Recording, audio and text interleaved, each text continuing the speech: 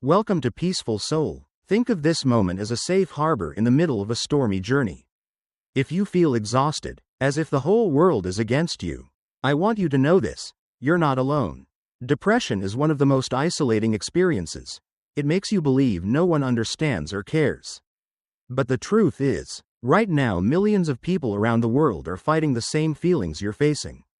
Here, we're going to unpack the lies that depression whispers into your ear. One of the cruelest lies depression spreads is, "You'll never be happy again."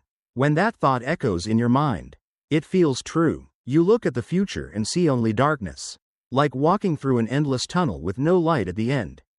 That trapped feeling can make you give up, believing every effort is pointless. But the truth is different. Emotions are not permanent. Sadness, despair, fear, they're like the weather. Storms roll in, rain pours down, but eventually, they pass. Research from Harvard Medical School shows the human brain has an incredible ability to change, what scientists call neuroplasticity. With therapy, new habits, or even small steps, the brain can rewire itself. It can learn to respond differently, feel differently, and slowly open up new pathways to hope. I think of a man named Robert, 42, from Ohio. He once believed he'd never feel joy again. He described it as being chained in a dark room with no windows. Each morning he wondered why he had to repeat the same meaningless cycle. But on his doctor's advice, Robert tried light therapy, a method that seemed almost too simple. Every morning he sat in front of a special lamp for 20 minutes. After a few weeks, he noticed something had shifted. "I didn't suddenly feel happy," he said, "but for the first time in years, I didn't feel completely numb." From that small change, he began exploring other treatments, gradually loosening depression's grip. Science backs this up. Studies show that 60 to 70% of people who use morning light therapy report significant mood improvement. Modern options like transcranial magnetic stimulation, TMS, or low-dose ketamine have also been proven to bring rapid relief for severe depression. The brain has more pathways out of the darkness than depression wants you to believe. And you don't have to wait until you feel ready to act. Motivation rarely shows up first. It's the small actions, even before belief kicks in, that create change. As you start moving, your brain releases dopamine, the neurotransmitter of motivation and pleasure. That's the first crack in the dark spiral, the place where light can seep in. Think of one small thing that once made you feel a little better: walking around the block, listening to an old song, or writing down your thoughts. These aren't magic fixes, but they're powerful first steps. They're the strongest rebellion against the lie that you'll never be happy again. Depression is a liar. It makes you believe today's pain will last forever. But science, Robert's story, and millions of others prove that feelings can change, brains can heal, and you can find happiness again. Even if you don't believe it right now, I'll hold that hope for you until you can see it with your own eyes. You've just heard me talk about the first lie: you'll never be happy again. Once you recognize it's only an illusion created by depression, a small ray of light appears. But depression has another tactic, one that can feel even sharper. It whispers that you're a burden, that you're too much, too weak, too broken for anyone to handle. This is one of the lies that makes people shut down and sink deeper into isolation. The truth is, depression distorts your sense of self-worth. When your brain is low on key neurotransmitters, it's like wearing dark, warped glasses that twist the image you see in the mirror. You look at yourself and see only flaws. You assume you're bothering everyone else, but that's not reality. Research from Stanford University shows that people with depression consistently underestimate how much others care about them, while in reality, friends and family are often far more willing to help than they imagine. Let me tell you about Emily, a 29-year-old from Texas. She once messaged me saying she felt like a burden to her family and friends. She stopped sharing anything because she thought everyone was tired of her. But during a group therapy session, Emily heard someone else describe the exact same feeling. She suddenly realized she wasn't alone. When she began opening up about what she was really going through, something surprising happened. Her friends didn't walk away. Instead, they said they felt closer to her, and knowing she needed help made them want to stay by her side even more. People don't love you because you're perfect or always strong. They love you for who you are, the stories, the memories, and the moments you've shared with them.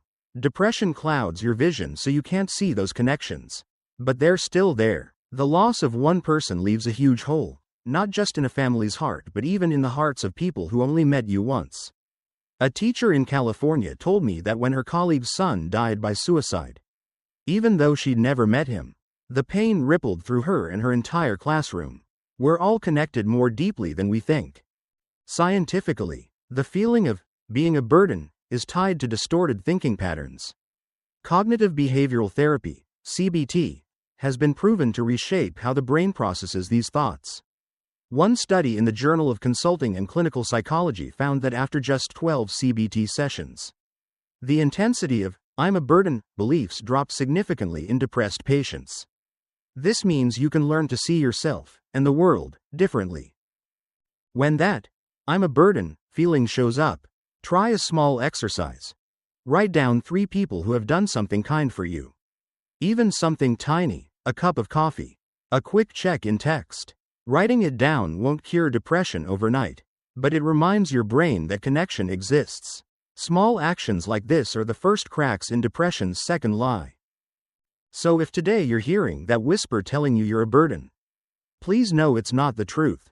Your tired brain is distorting your reflection. The world is better with you in it. You deserve love and support even when you feel you don't. Give others the chance to stand with you. Give yourself the chance to see that love. And little by little, the truth will drown out depression's lie. After depression convinces you that you will never be happy again, and then whispers that you are a burden, it plants yet another cruel seed. You don't deserve help. This may be one of the most ruthless lies because it doesn't just make you feel worthless, it blocks the very path toward support. You start telling yourself that you're not worth anyone's time, that therapy is reserved for people who really need it, and that you should just endure in silence. And when that belief grows stronger, you withdraw, cut off connections, and isolate yourself, precisely when you need others the most. But the truth is the opposite. Every human being, no matter their state, deserves care and support. That's not a special privilege, it's part of our humanity. When the brain is depressed, the amygdala, the fear center, becomes overactive while the prefrontal cortex weakens, fueling self-critical and self-deprecating thoughts. A 2022 Harvard study found that people in depressive episodes underestimate their value in the eyes of others by nearly threefold compared to reality. This explains why you might feel undeserving, but that feeling is a distortion, not the truth. I think of James, a 33-year-old from Ohio. James lost his job during the pandemic and slipped into depression. He began to believe he didn't deserve therapy because others had it worse. He avoided doctors' calls, ignored texts from friends, and shut himself away. It wasn't until a close friend dragged him to a free community counseling session that James broke down in tears when the counselor told him, "There is no scale for who deserves help. If you're hurting, you deserve it." That moment completely shifted his journey. He began therapy, gradually recovered, and now volunteers to support others who once felt the way he did. One therapy that has proven especially effective against the feeling of being undeserving is acceptance and commitment therapy, ACT. ACT doesn't try to erase negative thoughts, instead, it teaches you to notice them, watch them drift by like clouds in the sky, and then commit to actions aligned with your values. Studies, including those published in the Journal of Contextual Behavioral Science, show that ACT significantly reduces self-criticism and increases willingness to seek support among people with depression. If you're thinking, "I don't deserve help," try reframing it. If your closest friend were in pain, would you want them to receive support? If the answer is yes, then why wouldn't you deserve the same? Sometimes imagining yourself from an outsider's perspective helps you realize how harshly you're judging yourself. You can start with something small, calling a helpline, texting a friend, or simply writing down, "I'm hurting, and I deserve care." The most important truth to hold onto is this: depression telling you that you don't deserve help does not make it real. That's a lie designed to keep you trapped in the dark. But you are not alone. And you don't have to carry this alone. You deserve help. You deserve to be heard. You deserve care. And the moment you dare to crack that door open, Light will begin to seep in, little by little, until one day you realize you are no longer standing in the dark by yourself. This is one of the most common lies depression whispers in your ear. If you ask for help, you're weak. If you were really strong, you'd handle it on your own. Hear that often enough, and you start to believe you have to tough it out, put on a brave face, and handle everything alone. But the truth is the opposite. Reaching out for help is not a sign of weakness, it's a sign of courage and self-awareness. Modern psychology consistently backs this up.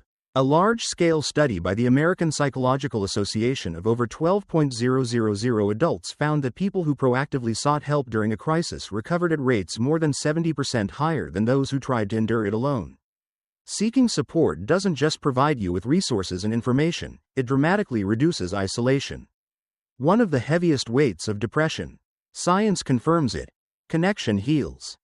I think of Sarah, a 41-year-old project manager from Texas. She went through a dark period when her husband lost his job and her daughter became depressed. Drained herself. Sarah believed she had to be the strongest one in the family and couldn't afford to break down. She refused counseling and hid her emotions for months. One day, after reading an article about mental health, she decided to call a crisis hotline. Walking out of her first counseling session, she cried and said, "I've never felt so relieved. I thought I was weak. But this is actually strength." Her story is a vivid reminder that asking for help doesn't make you smaller, it makes you stronger. True resilience isn't about pretending to be fine, it's about being honest about your pain and seeking solutions. The people you admire, athletes, entrepreneurs, spiritual leaders, all have mentors, therapists, teammates, even firefighters. People who face danger every day routinely receive psychological support to maintain their mental health. No one goes through everything completely alone, and no one is asking you to. If opening up feels hard, start small. Write down a simple sentence like, "I'm not feeling well," send it to a trusted friend, or book a session with an online professional through platforms like BetterHelp, Talkspace, or browse mental health providers on Psychology Today. You don't have to present it perfectly, simply saying you're struggling is already an act of courage. Remember, depression wants you to believe that seeking help is weakness. The truth is the opposite. The more you face your pain and open yourself to support, the more you prove the strength inside you. Courage is not the absence of fear, courage is acting even while afraid. And it's those small actions, one step at a time, that guide you out of the dark. Perhaps this is the lie that hurts the most: nobody cares about you. If you disappeared, no one would even notice. Depression whispers this until you start to believe you're invisible. You withdraw, decline calls, stop answering messages, and begin to feel like a ghost drifting through the world. But please believe me, that's not the truth. It's your depressed brain playing tricks on you. Science has shown that during depression, the brain functions differently in areas like the amygdala and hippocampus, making it harder to feel social connection. A study from the University of Michigan found that people with depression tend to filter out positive signals of love and support, like kind words or a hug, while remembering negative signals more clearly. This creates the illusion that you're unloved and alone when, in reality, you're cared for far more than you realize. I think of Daniel, a 28-year-old from California.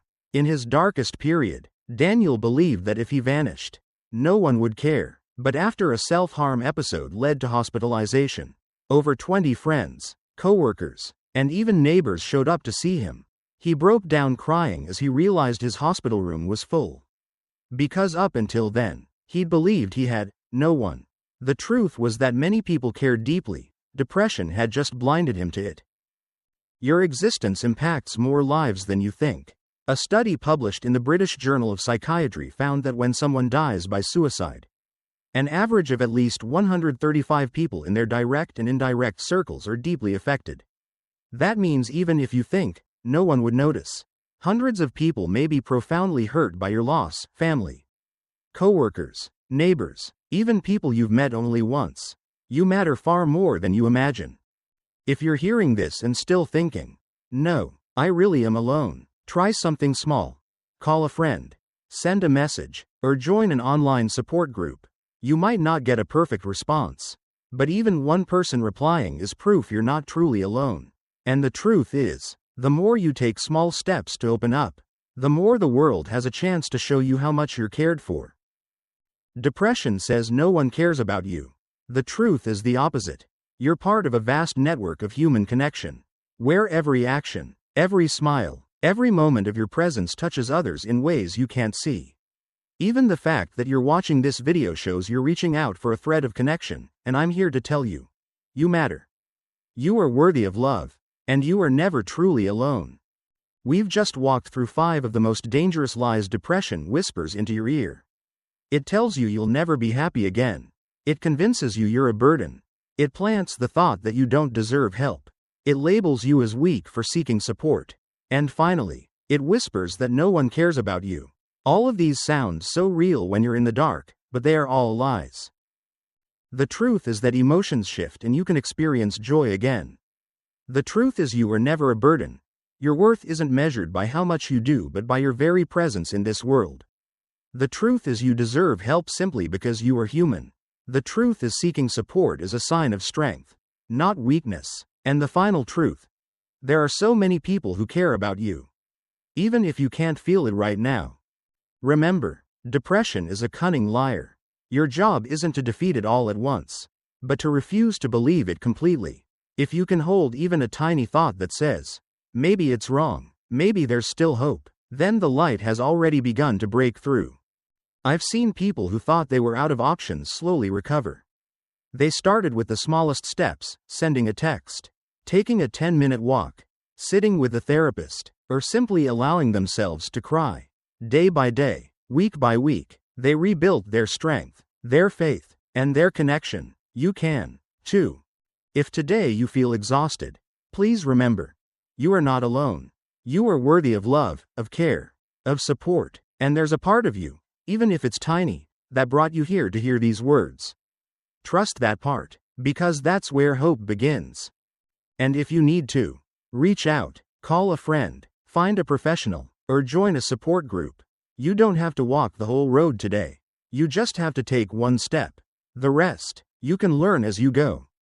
Thank you for spending this time with Peaceful Soul today. If these words touched you, share this video with someone else who might need to hear them. And don't forget, the world is better with you in it. You matter, you are worthy, and you are not alone. If this video gave you a moment of peace or hope, take a second to subscribe to Peaceful Soul. It's a way to make sure you don't miss new content, things that can help you on your own path to healing. A like, a comment, or a share from you could be the small light that guides someone else out of the dark.